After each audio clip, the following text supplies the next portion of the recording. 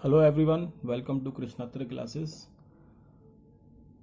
आज हम लोग आपका करंट इलेक्ट्रिसिटी चैप्टर का एक इम्पोर्टेंट टॉपिक कवर करने वाले हैं।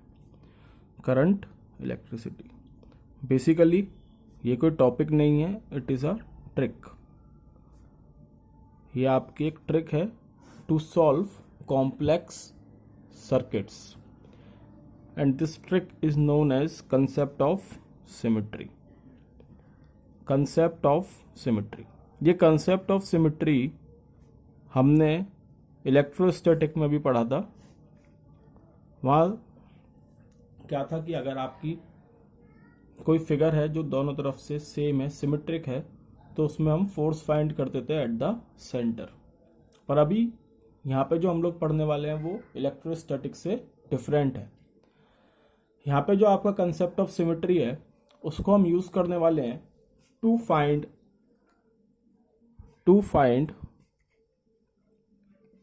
Equivalent resistance of complex circuits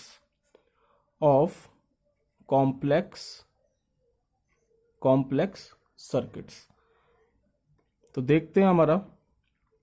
देखो, जैसा कि हम लोगों को मालूम है, हम लोगों ने व्हीटस्टोन ब्रिज पढ़ रखा है। व्हीटस्टोन ब्रिज, क्योंकि व्हीटस्टोन ब्रिज एक सिंपल सर्किट है, हम उसमें डायरेक्टली बोलते हैं कि अगर दो आर्म्स का रेशियो सेम है तो बीच में आपका करंट फ्लो नहीं होगा, क्योंकि वो बराबर पोटेंशियल डिफरेंस पे होता है। कैसा दिखता है आपका व्हीटस्टोन ब्रिज? कुछ इस तरीके से।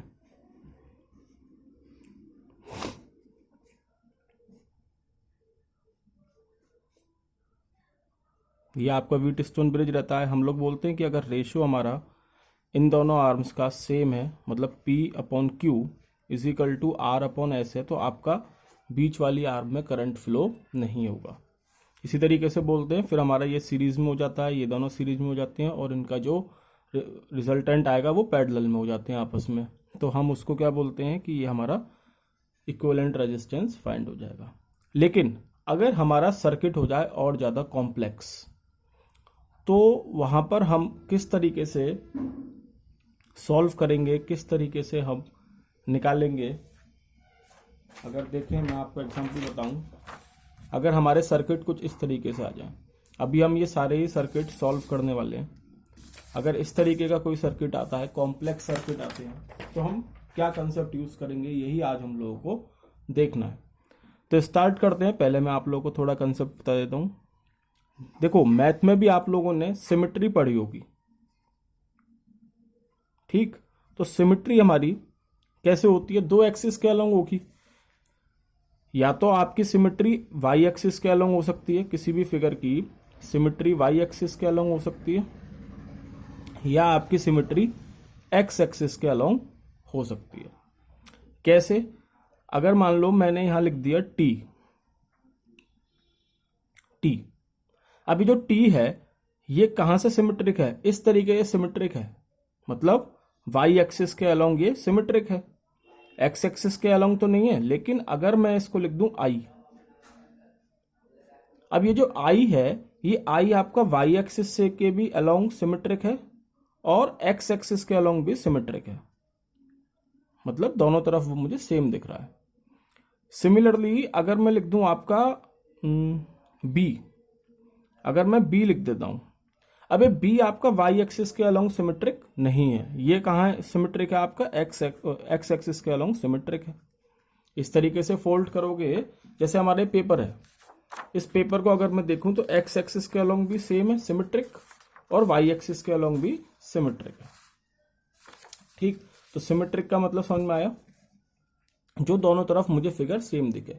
अगर मैं अपने दोनों हाथों की बात करें हम लोग, तो ये वाई एक्सिस के अलोंग सिमेट्रिक हैं। इस तरीके से फोल्ड करूंगा तो सेम आ रहे हैं क्या? नहीं, एक दूसरे के ऊपर लाई कर जाना चाहिए हर पार्ट, उसको हम बोलते हैं सिमेट्रिक। एक उंगली दूसरी उंगली के ऊपर लाई कर गई, तो ये वाई एक्सिस के अलोंग आपका सिमेट्रिक हो गया। तो कुछ समझ में आया? सिमेट्रिक का कंसेप्ट दो एक्सिस के अलोंग होता है, एक वाई एक्सिस, एक एक्स एक्सिस। कुछ फिगर ऐसी होंगी जो आपकी दोनों एक्सिस के अलोंग सिमेट्रिक होंगी, X as well as Y axis. कुछ ऐसी होंगी जो सिर्फ एक ही एक्सिस के अलोंग सिमेट्रिक होगी, या तो वाई एक्सिस या एक्स एक्सिस। तो देखते हैं अगर मेरी फिगर, अच्छा मैं अब सर्किट में कैसे बोलूंगा कि मेरी जो फिगर है वो सिमेट्रिक है। तो देखते हैं, मानो मेरे पास कोई सर्किट है,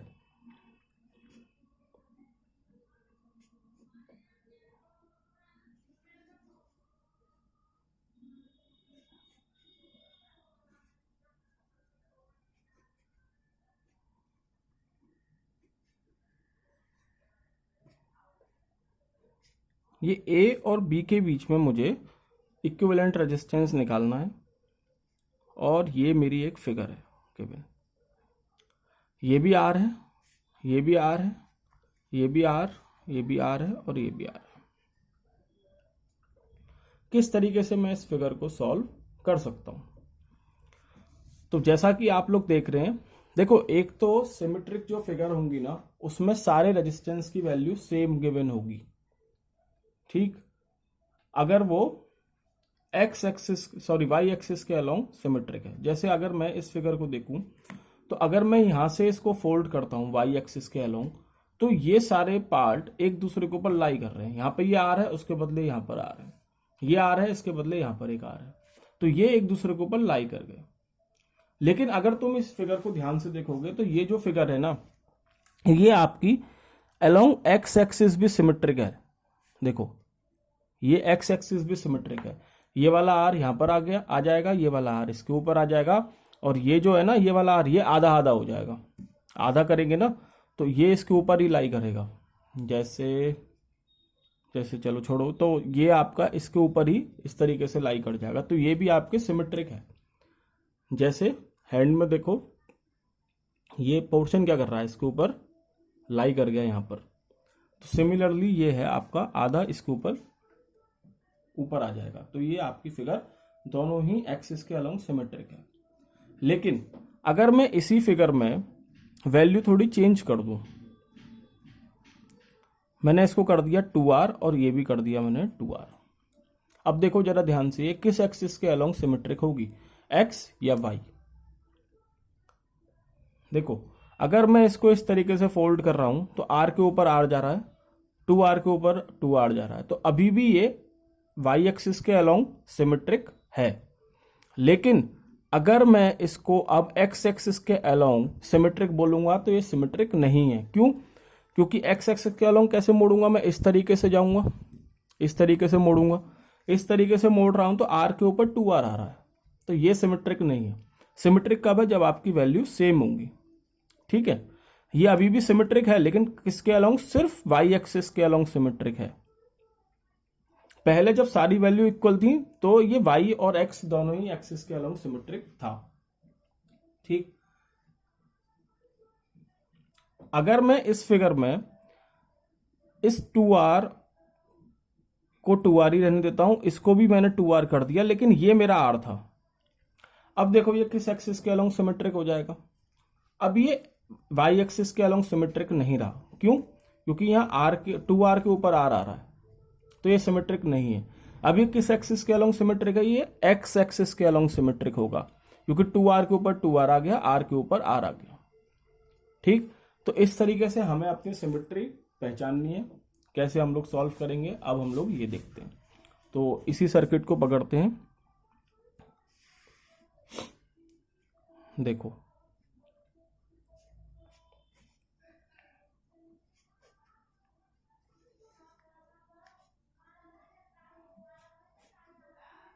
इंपॉर्टेंट कंसेप्ट है, आपके कॉम्पिटिटिव एग्जाम्स के लिए आना जरूरी है, कॉम्प्लेक्स सर्किट्स के लिए बहुत यूजफुल है।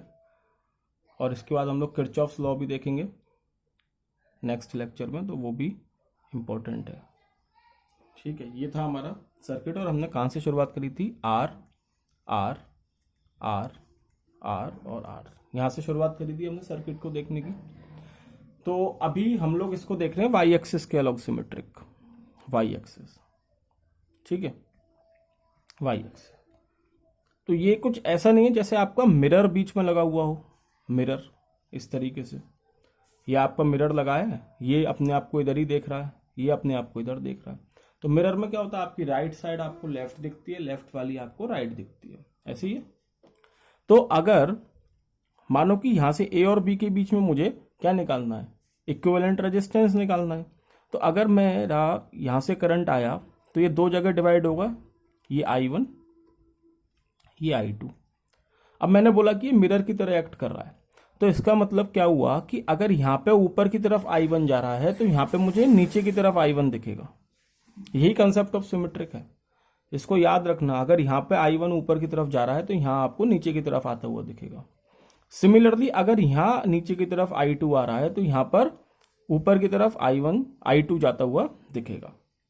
ठीक, अब यहाँ पे एक चीज देखो, I1 यहां से जा रहा है, ठीक है, ऐसे I1 ऐसे गया, और क्या यहां पर I1 डिवाइड होगा? नहीं, क्यों? क्योंकि हमें दिख रहा है कि यहां से भी I1 ही फ्लो हो रहा है, तो इस जगह पे आपका I1 फ्लो हो ही नहीं रहा, मतलब यहां पे I1 फ्लो नहीं हुआ। ठीक, यहां से आया सीधे और ऐसे निकल गया। सिमिलरली अगर मैं I2 को देखूं तो I2 ऐसे जाएगा, ऊपर की तरफ तो I2 जाएगा नहीं, इसका मतलब यहां पे भी कुछ करंट, क्योंकि I1 यहां जीरो हो चुका है, I2 यहां से आया और सीधे यहां से I2 निकल गया। तो मुझे क्या देखने को मिला कि यहां पर करंट फ्लो हो ही नहीं रहा। क्या है ये? यही तो व्हीटस्टोन ब्रिज है, जहां से हमने स्टार्टिंग करी थी, यही व्हीटस्टोन ब्रिज है। बस हमने देखने का नजरिया बदल दिया, क्योंकि अभी हम लोग कंसेप्ट ऑफ सिमेट्री देख रहे हैं, तो हम कंसेप्ट ऑफ सिमेट्री के थ्रू ही इसको सॉल्व करने की कोशिश कर रहे हैं। यही तो व्हीटस्टोन ब्रिज है। इसको भी तो मैं ऐसे ही बना सकता हूं, ये रहा P, ये रहा Q, और ये आपका R, ये आपका S, ये P, ये Q, ये R और ये S, और ये बीच वाला जिसमें करंट फ्लो नहीं हो रहा, यही तो सेम। ठीक है, तो यहां से भी कंसेप्ट ऑफ सिमेट्री से भी हमें देखने को मिला कि यहां पर आपका करंट फ्लो नहीं हो रहा। तो जब ये आपका करंट फ्लो नहीं हुआ तो यहां से I1 जा रहा है, और ये सीधे सीधे I1 यहां से फ्लो हो जाएगा, यहां पर I2 यहां पे फ्लो हो रहा है ऐसे। तो ये क्या हो गया, ये दोनों किस में हो गए, सीरीज में, तो ये हो गया 2R। ठीक है, और कितना फ्लो हो रहा है, I1। नीचे वाले को देखोगे तो सीरीज में है दोनों, तो ये किस में हो गया, 2R, और यहां से कितना हो रहा है, I2, और दोनों किस में है, पैरेलल में है। पैरेलल में है दोनों, तो 1/2R प्लस 1/2R कितना हो गया, 2/2R आ गया आंसर डायरेक्ट। ये है आपका कंसेप्ट ऑफ सिमेट्री। अब तुम बोलोगे कि सर अभी तो ये RR है, तो ये तो एक्स एक्सिस के अलोंग भी सिमेट्रिक है, तो वैसे भी सॉल्व करके देख लेते हैं। लेकिन एक्स एक्सिस के अलोंग, अब ये चीज आप लोगों को थोड़ा ध्यान देना पड़ेगा कि जब मैं वाई एक्सिस के अलोंग निकालता हूं, या मैं बोलता हूं कि मैं देखो किस टर्मिनल के बीच अलोंग मुझे निकालना है, अक्रॉस मुझे इक्विवेलेंट रेजिस्टेंस निकालना है, मुझे ए बी के अक्रॉस निकालना है। ठीक है, ए ये रहा, बी ये रहा। अभी जो मैंने सिमेट्रिक देखी वो जिस टर्मिनल के अलोंग, जिस टर्मिनल पर मुझे इक्विवेलेंट रेजिस्टेंस निकालना उसके परपेंडिकुलर है। अगर सिमेट्री मेरी उसी टर्मिनल के अक्रॉस बन जाए जिसके अक्रॉस मुझे क्या निकालना है, इक्विवेलेंट रेजिस्टेंस निकालना है, जैसे इसमें बन रही है, एक तो ये R आ गया, ठीक है, किससे, परपेंडिकुलर वाली एक्सिस से, जिसको मैंने मिरर बोल दिया था बाद में कि ये मिरर की तरह एक्ट कर रही है। ठीक है, अब मेरी बात ध्यान से सुनो, अगर फिगर ऐसी है कि वो सिमेट्रिक हो रही है उसी टर्मिनल के अक्रॉस, जिस टर्मिनल के अक्रॉस आपको इक्विवेलेंट रेजिस्टेंस निकालना है, जैसे इसमें मुझे RAB निकालना है, equivalent resistance along across terminal A and B, तो यहां पे भी तो सिमेट्रिक हो रही है। अब यहां आपका कंसेप्ट लगता है अलग। अगर परपेंडिकुलर जा रहा है तो करंट के कंसेप्ट से देखेंगे, अगर ये आ रहा है across the terminal where we have to find equivalent resistance, तो हम इसको किस तरीके से सॉल्व करेंगे। देखो ये R, ये भी R, ये R है, ये भी R,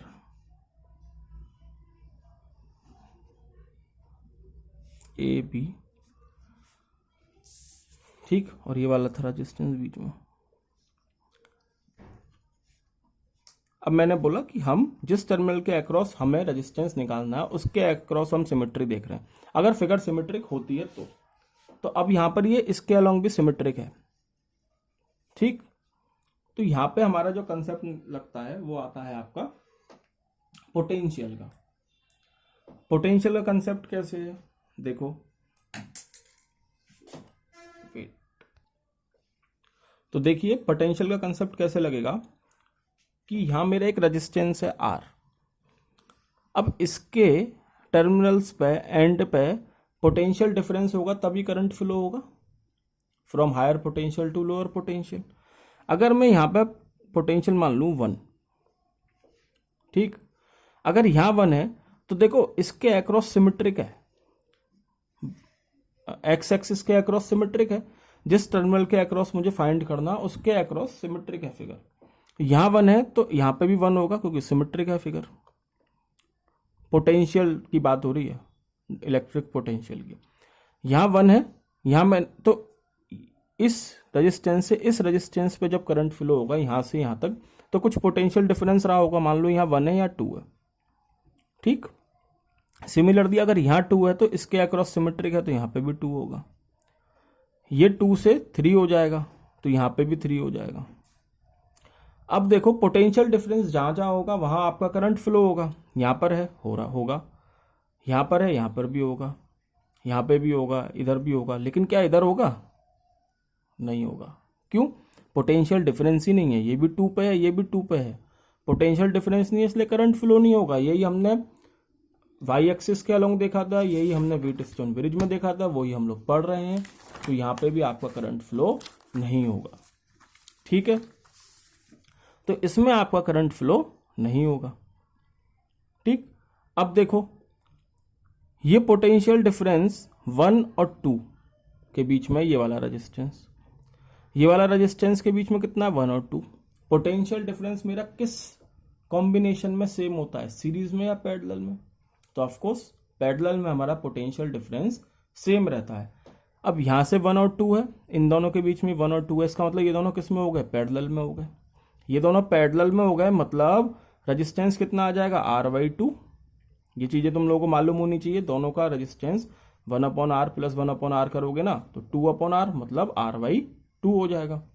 तो ये हो गया आपका R/2। सिमिलरली ये इसके बीच में कितना, इधर तो करंट फ्लो हो ही नहीं रहा है तो खत्म ही हो गया। इसके बीच में कितना 2 से 3, इसके बीच में भी कितना 2 से 3, तो दोनों किस में हो गए? पैरेलल में। तो फिर से ये कितना हो जाएगा? R/2, ठीक। अब ये किस में हो गया? ये A है ये B है, R/2 प्लस R/2 कितना हो जाएगा? R आ जाएगा। यही आंसर आ रहा था आपका पहले भी, R, और इधर भी आ रहा है R, ठीक है। तो ये आपने देखा किसके अक्रॉस सिमेट्री देखी? जिस टर्मिनल के अक्रॉस मुझे इक्विवेलेंट रेजिस्टेंस निकालना। एक चीज और, अगर तुम यहां पे ध्यान से देखोगे ना तो जिस रेजिस्टेंस के अक्रॉस पोटेंशियल डिफरेंस सेम है, जैसे 1 से 2, तो देखो यहां दोनों का कॉम्बिनेशन क्या दे रहा था? R/2, तो हम सीधे इसको R/2 लिख सकते हैं और ये तो खत्म ही है, ठीक। और इन दोनों का कितना? R/2, और फिर ये किस में हो गया? सीरीज में, तो R आ गया, ठीक। तो ऐसे भी कर सकते हैं कि एक साइड को आप खत्म ही कर सकते हो अगर आपकी सिमेट्री बन रही है अलोंग द टर्मिनल्स, आपकी सिमेट्री बन रही है तो आप एक पोर्शन को खत्म कर सकते हो, या तो नीचे वाले को या ऊपर वाले को। मान लो मैंने नीचे वाले को खत्म कर दिया, इसमें तो करंट फ्लो हो ही नहीं रहा, नीचे वाले को खत्म कर दिया। तो जब तुम नीचे वाले को खत्म करोगे ना तो ऊपर वाले जितने भी रेजिस्टेंस होंगे उनको आधा कर देना। जैसे ये R थे सब, जैसे ही मैंने इसको खत्म करा तो R/2 हो जाएंगे, आधा आधा हो जाएगा, जैसे यहां पर ये हुआ था, ठीक है। तो ये है आपके कंसेप्ट ऑफ सिमेट्री, ठीक है। क्या देखा हमने कंसेप्ट ऑफ सिमेट्री में? एक अलोंग एक्स एक्सिस और एक सिमेट्रिक अलोंग वाई एक्सिस।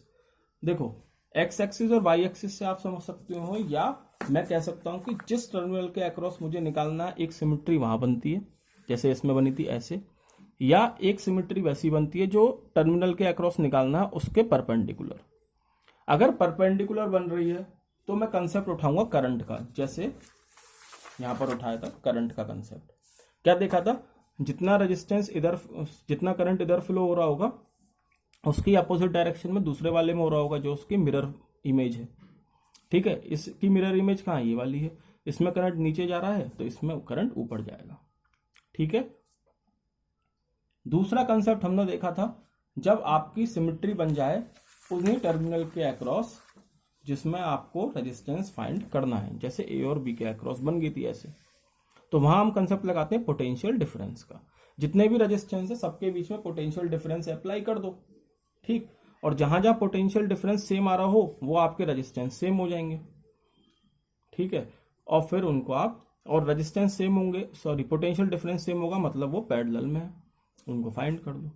या हम कह सकते हैं कि जब अक्रॉस द टर्मिनल में हम क्या करते हैं, एक पोर्शन गायब कर देंगे और जो दूसरा पोर्शन होगा उसके सारे रेजिस्टेंस आधा कर देंगे, ठीक। एक क्वेश्चन देख लेते हैं तो उससे और ज्यादा क्लियर होगा आपको कंसेप्ट।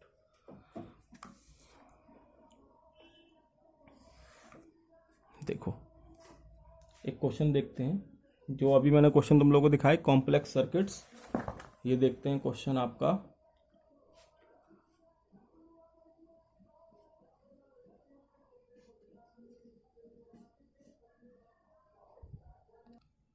देखिए ये है आपका सर्किट जो इस क्वेश्चन में गिवन है, और यहाँ पे जो जितने भी रेजिस्टेंस हैं इनकी वैल्यू है capital R capital R capital R, ठीक है। और हमें जो इक्विवेलेंट रेजिस्टेंस निकालना है यहाँ पर वो ए बी के अलोंग निकालना है।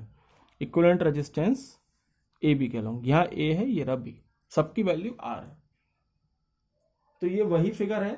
अगर इसमें अगर आप लोग ध्यान से देखें तो पहले तो हमें ये पहचानना है कि सिमेट्री कहाँ बन रही है, कहाँ पर मेरी सिमेट्री बन रही है। तो अगर मैं इस फिगर को ध्यान से देखूंगा तो इसमें जो सिमेट्री है वो मेरी दोनों बन रही है। एक मेरी ऐसे भी बन रही है, देखो परपेंडिकुलर, देख रहे हो, ये बन रहा है सिमेट्री, थोड़ा आगे पीछे होगा ऊपर वाला रेजिस्टेंस, वैसे आपकी सिमेट्री बन रही है, ठीक है। ये एक दूसरे के ऊपर लाई कर जाएंगे। और सिमिलरली मैं देख रहा हूं कि मेरी जो सिमेट्री है ना वो ए बी के अलोंग भी बन रही है, मतलब यहाँ पे मैं दोनों ही कंसेप्ट लगा सकता हूँ या दोनों में से कोई भी एक लगा सकता हूँ, क्योंकि अभी हम लोग स्टार्टिंग कर रहे हैं तो हम दोनों ही तरीके से इस क्वेश्चन को फाइंड करके देखेंगे और हम लोग देखेंगे कि मेरा आंसर दोनों ही मेथड से सेम आ रहा है। देखते हैं क्या करना है। सबसे पहले हम लोग फाइंड करेंगे परपेंडिकुलर वाली एक्सिस के अलोंग, मतलब वाई एक्सिस। देखो ए बी के अक्रॉस निकालना है, ये इसके परपेंडिकुलर आई है सिमेट्री, मतलब कंसेप्ट मेरा कौन सा लगेगा, किसकी तरह एक्ट करेगा ये यहाँ पर, मिरर की तरह। तो कंसेप्ट मेरा लगेगा करंट वाला, ठीक है, करंट वाला कंसेप्ट लगेगा। यहां से मेरा करंट निकलेगा, अब ध्यान से देखना, यहां से मेरा करंट निकलेगा, तीन जगह डिवाइड होगा, ये I1। अब देखो ये अगर I1 है, ये वाला I1 है, तो इसका मिरर कहाँ है, मतलब इसकी इमेज कहाँ है, ये वाली है। अगर इसमें करंट I1 जा रहा है अपवर्ड डायरेक्शन में तो इसमें डाउनवर्ड में आ रहा होगा I1, ठीक। सिमिलरली अगर यहां I2 जा रहा है तो इसकी मिरर इमेज कौन सी है, ये वाली। तो ये I2 है, कहां से कहां, मेरे इधर से इधर, तो इधर जो आपका करंट होगा वो यहां से इधर निकल जाएगा इसकी मिरर इमेज में I2, ठीक है। इधर आता हुआ दिख रहा है तो इधर दूर जाता हुआ दिखेगा ना, ठीक। सिमिलरली आपका अगर यहाँ I3 है तो ये कैसे आ रहा है, डाउनवर्ड, तो इधर आपको इसकी मिरर कहाँ, ये वाला है, तो ये आपको I3 दिखेगा इस तरीके से, ठीक। अब देखो जरा ध्यान से, ये आपका I1 आया, ये आपका I2 है, ये आपका I3 है। मैंने करंट को डायरेक्शन दे दी, ये I1 मेरा आ रहा है यहाँ इस तरीके से जा रहा है। अब बीच में क्या हुआ ये मुझे मालूम नहीं पड़ पा रहा, लेकिन यहाँ पे मुझे I1 आता हुआ दिख रहा है दोबारा से। सिमिलरली ये I2 है, यहां से I2 आया और यहां से सीधे I2 निकल गया, सीधे निकला है, यहां से I2 आया और यहां से निकल गया, बीच में कुछ हुआ नहीं। सिमिलरली ये I3 यहां आ रहा है, यहां से निकलता हुआ यहां पहुंच गया। तो यहां अगर आप लोग ध्यान से देखेंगे तो हमें एक चीज देखने को मिल रही है कि ये जो जॉइंट है ना, यहां कुछ फर्क ही नहीं पड़ रहा, ये जो जॉइंट है यहाँ पे कुछ फर्क नहीं पड़ा। हमारा जो करंट है असल में हो क्या रहा है इस सर्किट में, करंट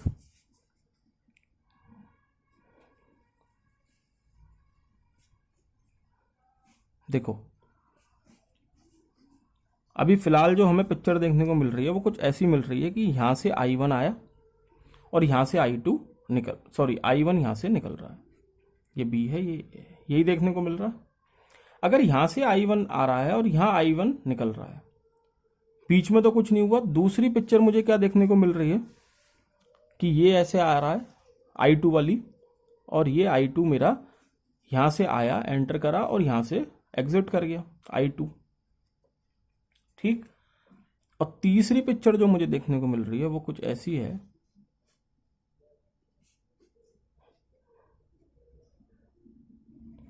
कि यहां से आपका I3 एंटर करा और यहां से आपका I3 निकल गया। ठीक है। तो मुझे क्या देखने को मिल रहा है कि पहली बात तो कि यहां से I2 आया, यहां से निकल गया, मतलब ये जो जंक्शन है ना, यहां पे कुछ हो ही नहीं रहा। क्या इस जंक्शन को मैं ऐसे नहीं बना सकता? टच नहीं कर रहा वो, क्योंकि वहां पे करंट का फ्लो ही नहीं है। ऐसे भी तो हो सकता है। अब ये सब आर आर है, वो तो है ही खैर। ठीक है। अब देखो, अब पिक्चर सारी क्लियर हो जाएगी। मैं बोल रहा हूं कि मेरा I1 यहां से एंटर करा, ठीक है, ये एंटर करा I1 ऐसे, और I1 ने क्या करा, यहां पर जाके अगर मेरा I1 मान लो डिवाइड भी हो गया कोई बात नहीं, I1 डिवाइड हो गया, यहां निकला ऐसे, और यहां से यहां डिवाइड होकर जो वैल्यू पहुंची ये निकली। फिर यहां मिलके दोबारा कितना बना देंगे, I1 बना देंगे।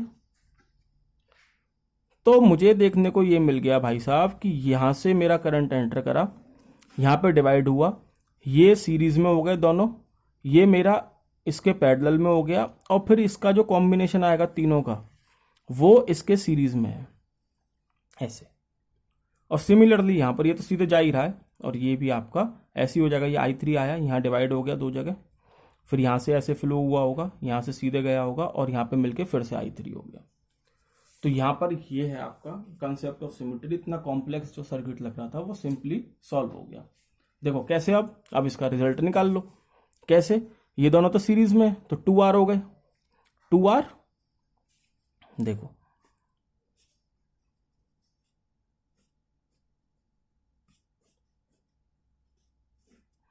यही तो चीज हो गई है।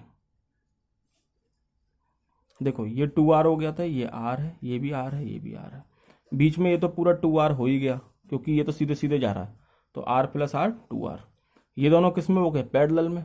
अच्छा, नीचे का मैं इसलिए नहीं बना रहा क्योंकि जितना रिजल्ट इसका आएगा उतना ही नीचे का भी आ जाएगा, तो हम डायरेक्टली ऐड कर देंगे, सेम है, सिमेट्री है। तो 1/R प्लस 1/2R, क्योंकि ये दोनों पैरेलल में, कितना हो गया, 2R एलसीएम हो गया, तो 2 + 1 कितना आ गया, 2R/3 आ जाएगा। तो R इसकी जगह क्या आया, पूरे की जगह 2R/3, तो R plus 2R/3 plus 2R/3। ठीक।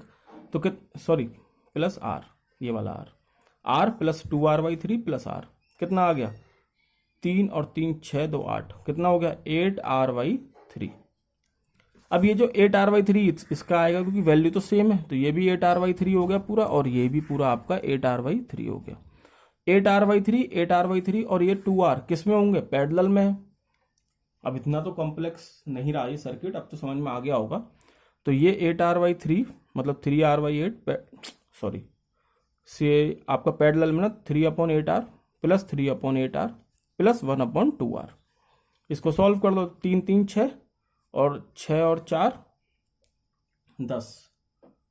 ठीक है, तो यह आएगा आपका 10/8R, यानी कि ये हो गया आपका 2 5 जो 10, 2 4 8, 4R/5 आपका आंसर आ जाएगा, 4R/5। तो ये हमने देखा कंसेप्ट ऑफ सिमेट्री, लेकिन किस एक्सिस के अलोंग हमने देखा, परपेंडिकुलर टू द टर्मिनल्स। अब हम लोग देखते हैं, अगर मेरी जो कि इसमें सिमेट्री बन रही है, इसी फिगर को दोबारा देखेंगे। अभी हमने देखा वाई एक्सिस के अलोंग, अब एक सिमेट्री इसमें ऐसे भी बन रही है, दिख रहा है ये आपकी सिमेट्री जो बन रही है, ये आपकी उसी टर्मिनल के अक्रॉस बन रही है जिसके अक्रॉस आपको इक्विवेलेंट रेजिस्टेंस निकालना है, मतलब ए बी। तो यहां पे देखो, अब कंसेप्ट हम निकालेंगे इसमें पोटेंशियल डिफरेंस वाला। तो मैंने क्या बताया था, जितने भी रेजिस्टेंस रास्ते में पड़े उनके बीच में हम पोटेंशियल डिफरेंस अप्लाई कर देंगे। ठीक है, तो ये ए है, तो हमने यहां पे इसको ए ही मान लिया। ठीक, ये ए है, इस ए से यहां पे आर तक, मतलब इसमें करंट फ्लो होने के लिए पोटेंशियल डिफरेंस होना चाहिए, हमने इसको 1 मान लिया। अगर यहां 1 है तो इसमें भी 1 होगा। ठीक, यहां से यहां जाऊंगा, इसमें 2 है, तो यहाँ पे भी 2 होगा। सिमिलरली अगर यहाँ 3 है, सॉरी यहाँ 3 मतलब यहाँ तो B है ही, तो यहाँ पे B हो गया। समझ में आया? पोटेंशियल डिफरेंस इस रेजिस्टेंस से इस रेजिस्टेंस के अक्रॉस A1 क्या है मेरा पोटेंशियल डिफरेंस, तो इसके भी अक्रॉस ये होगा क्योंकि सिमेट्रिक बन रही है। अब हम AB के अक्रॉस सिमेट्री देख रहे हैं, ठीक है। ये सेंटर है तो इसको हम O मान लेंगे। तो देखो, अब देखो हो गया 1O, यहाँ पे भी 1O, O2 यहाँ पे भी O2, OB यहाँ तो सेम है, ठीक। तो सबके अक्रॉस अब देखो इन दोनों के बीच में सेम पोटेंशियल डिफरेंस है, यहाँ से यहाँ A1 है, यहाँ से यहाँ पे भी A1 है, तो दोनों में क्या होगा, पैरेलल में हो गए दोनों। इसका मतलब 1/R प्लस 1/R कितना हो जाएगा, R/2 कर दिया मैंने इसको, ठीक है। सिमिलरली अभी देखना एक चीज और क्लियर होगी, यहाँ पे 1O है, यहाँ पे भी 1O है, मतलब ये भी R/2 हो जाएगा। ये O2 है, ये भी O2 है, तो ये भी R/2 हो गया। ये 1,2 है, ये भी 1,2 है, तो कितना हो गया, R/2 हो गया। ये OB, ये भी सॉरी 2B और ये भी 2B, तो ये भी R/2 हो गया। और मैंने क्या बोला था, अगर टर्मिनल के अक्रॉस आपकी सिमेट्री बन रही है तो एक पोर्शन को गायब कर दो और ऊपर वाले रेजिस्टेंस को आधा कर दो। ये वाला पोर्शन गायब कर दिया, ऊपर वाले सारे रेजिस्टेंस आधे हो गए, R/2 R/2 R/2 R/2 R/2। हो गया क्लियर? मुझे लगता है कि अब आपको ये चीज क्लियर हो गई होगी, ठीक है। तो अभी जो आपको सर्किट दिख रहा है अपना, वो कुछ ऐसा दिखेगा।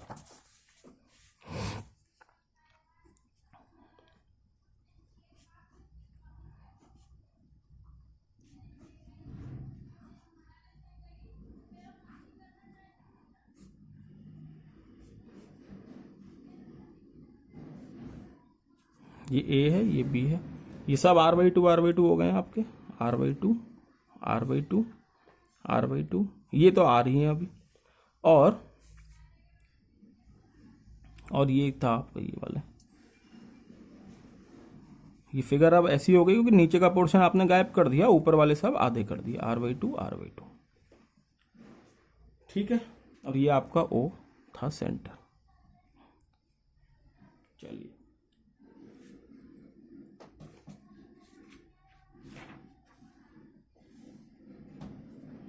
अब देखो,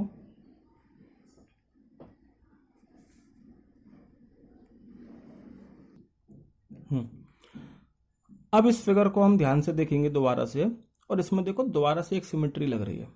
अभी मत कहना कि सर अक्रॉस द टर्मिनल लग जाएगी, नहीं, टर्मिनल वाली तो है नहीं, नीचे कोई फिगर नहीं है, लेकिन इसमें अभी एक लग रही है आपकी सिमेट्री, कैसी, परपेंडिकुलर वाली, वाई एक्सिस। 2 बार सिमेट्री लग गई एक ही मेथड